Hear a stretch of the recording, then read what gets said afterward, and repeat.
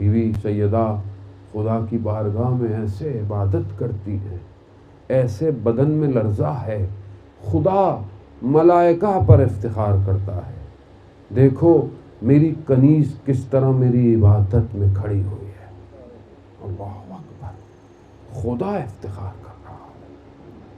معززان محترم، اب ہم متصل ہوں ان ایام میں بی بی سے اور توسل کریں کہ ہم عطا کریں، گرفتار ہیں عزیزان محترم۔ میں خود بغیر بی بی کے توسل کی مجلس میرے لیے بڑا مشکل ہوتا ہے۔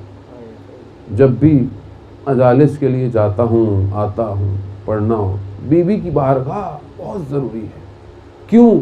کیونکہ یہ وہ ہے کہ جو مدینہ چھوڑ دیتی ہے اپنے بیٹے کے غم میں۔ ہم تو تھک جاتے ہیں، ایک مجلس دوسری مجلس، یہ تو پورا سال جہاں مجلس ہوتی ہے وہاں پہنچی ہوتی ہے۔ اللہ اکبر۔ ہاں آزاد آ رہے ہیں۔ ایک عالم دین فرماتے ہیں کہ بی بی میری خواب میں آئی اور کہا کہ ہم تمہاری کوئی مجلس قبول نہیں سوائے اس مجلس کے جو تم نے بچوں میں یا سیدہ، مگر ہمیں تم سے گلہ ہے، تم اس مجلس میں چائے پیے بغیر چلے گئے۔ عالم دین کہتے ہیں کہ مجھے بچوں نے کہا مجلس، میرے پاس وقت نہیں تھا، بہرحال میں نے کہا چلو بچے ہیں چلا جاتا، بیٹھا، مجھے اور مجلس میں جانا تھا، بچے بیٹھے، بچے تھے چھوٹے چھوٹے، میں نے مجلس پڑھی، بعد میں بچے چائے لے آئے، میرے پاس ٹائم نہیں تھا، میں نے دیکھا چائے کی رنگت بھی ایسی ہے، میں نے چائے گرا دی۔ اللہ، بی بی خواب میں آ کے مجھے کہتی ہیں ہمیں تم سے گلہ ہے، تم نے وہ چائے نہیں پی، وہ چائے ہم نے خود بنائی تھی۔ ہاں آزاد آ رہی، کسی کی مجلس، کسی کی آزاری کو چھوٹا نہ سمجھیں۔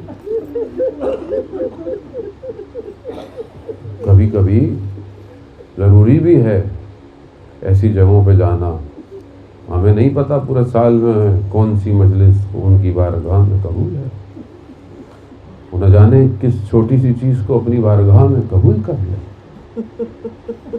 ہاں آزاداران محترم، کس کا خلوص کیا ہو، کس کی نیت کیا ہو، کوئی نہ جانے کیا چاہتا ہو۔ آقا کاشانی کا مشہور واقعہ محرم کا، کہ محرم کی مجالس پڑھا کرتے تھے، وقت بالکل نہیں تھا، ایک بوڑھی خاتون آئیں اور شیخ سے کہا شیخ میرے گھر مجلس پڑھو گے۔ اب میں نے کہا کہ میں اس بوڑھی خاتون کو منع کروں تو اچھا نہیں ہے، میں نے کہا کہ دیکھو میرے پاس جو وقت ہے وہ صرف دوپہر کا ہے، تو میں نے مجھے تھا یقین کہ یہ دوپہر کو مجھے منع کر دے گی، تو اس نے کہا ٹھیک ہے تم دوپہری کو میرے گھر آ جاؤ۔ پہلی محرم سے شروع ہوا، پڑھتا گیا، جاتا تھا، بوڑھی عورتیں بیٹھی ہوتی تھی تھوڑی سی، میں مجلس پڑھتا تھا، مصائب تھوڑے سے پڑھتا تھا، آ جاتا۔ روز عاشورہ میرا دستور یہ تھا کہ میں ساری مجلسیں ظہر سے پہلے پڑھتا تھا اور اس کے بعد اپنے باقی کاموں اور عاشورہ کے اعمال کو انجام دیتا تھا۔ میں اس بوڑھی خاتون کو بتانا بھول گیا کہ میں صبح مجلس پڑھتا ہوں، میرے بھی ذہن سے نکل گیا۔ میں مجلس سے پڑھ کر زور سے تھوڑی دیر پہلے پہنچا تو میں نے کہا تھوڑا استراحت کر لوں۔ جیسے ہی میں تھوڑا بھی لیٹا ہی تھا، میرے خواب میں بی بی سیدہ تشریف لائے، کہا شیخ وہ بوڑھیا تمہارا انتظار کر رہی ہے۔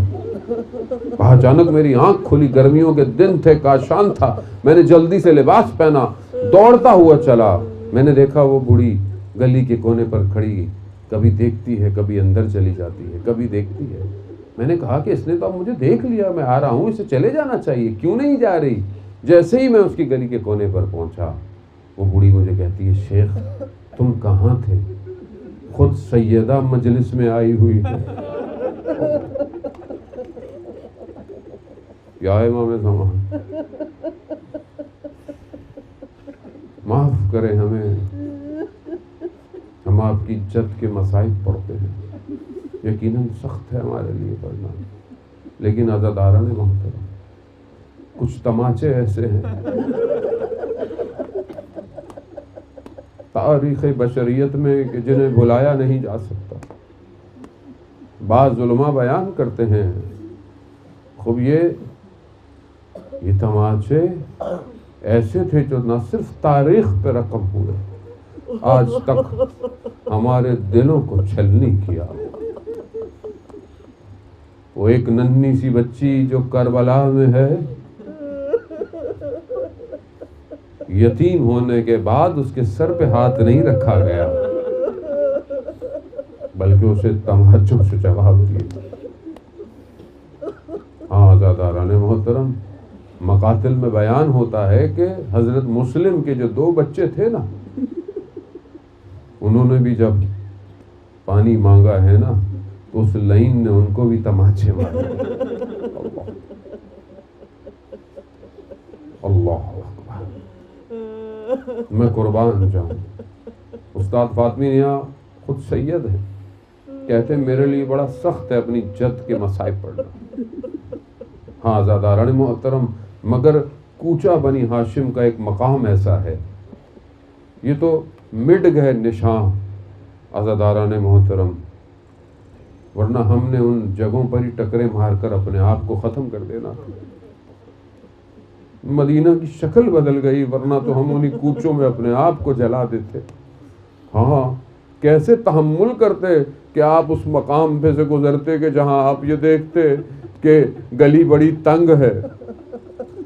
میرا دوسرا امام کہتا ہے کہ میں جب بھی گزرتا تھا وہ منظر میرے آنکھوں سے نہیں جاتا کہ جب میں اپنی ماں کے ساتھ آ رہا ہوں اور اس لعین نے جو گستاخی کی ہے، وہ کوچہ اتنا تنگ تھا کہ میری ماں دیوار سے ٹکرا کر گئی.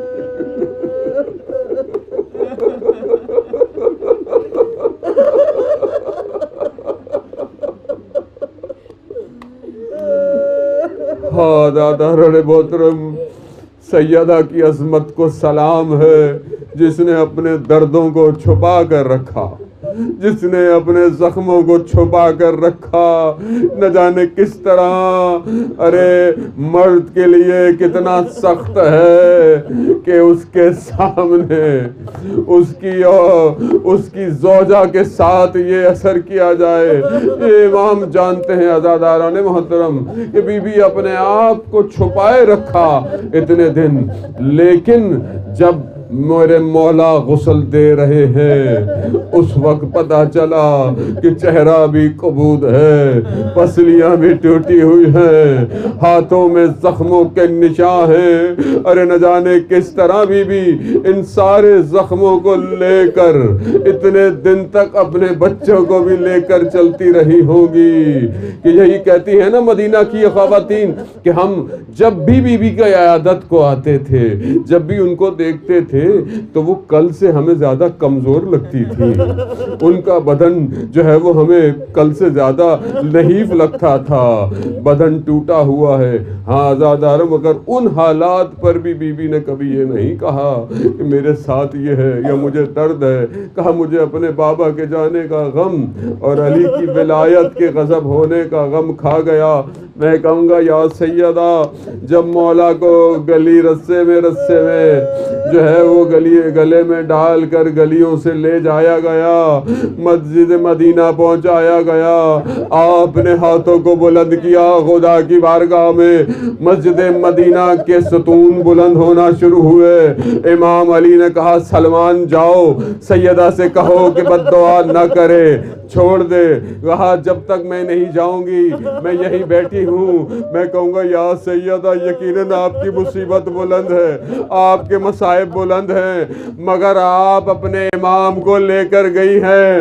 لا یوم غاب عبداللہ. ارے آپ کی بیٹی چند قدموں کے فاصلے پر کھڑی ہو کر یہ دیکھتی رہی ہے کہ سمر جالس علی صدر، سمر سینے پر بیٹھا ہے اور آپ کی ماں کی نشانی قربان. الا لعنت اللہ علی القوم الظالمین وسیعلم الذین ظلموا ای منقلب ینقلبون. پروردگار امام زمانہ کے ظہور میں تعجیل عطا فرما، ہمیں ان کے ناصروں، ان کے مددگاروں میں شمار فرما، جو پریشان حال ہیں ان کی پریشانیوں کو دور فرما، جو بیمار ہیں حاضرین مجلس، ان کے دوست، ان کے احباب، ان کے رشتہ دار، ہمسائے منظور نظر، پروردگار تجھے سیدہ کے زخموں کا واسطہ ان سب کو شفائے کاملہ اور عاجلہ عطا فرما۔ مسلمان جہاں بھی ہیں ان کی جان، مال، عزت، آبرو کی حفاظت فرما، جو اپنی کامیابی کی جنگیں لڑ رہے ہیں انہیں کامیاب عطا فرما، علماء کرام، مراجع کرام کو طول عمر اور سلامتی عطا فرما۔ اسی طرح مجلس عزاداری کو جاری اور ساری رکھنے کی ہمیں توفیق عطا فرما، ہمیں مقصد امام حسین کو پہچاننے کی توفیق عطا فرما، ہمیں اپنے وقت کے امام کے لیے تیار ہونے کی توفیق عطا فرما، ہمارے امام کو پروردگار ہم سے راضی فرما۔ اللہم ارزقنا زیارت الحسین فی الدنیا و شفاعتہ فی الآخرہ ماتم حسین۔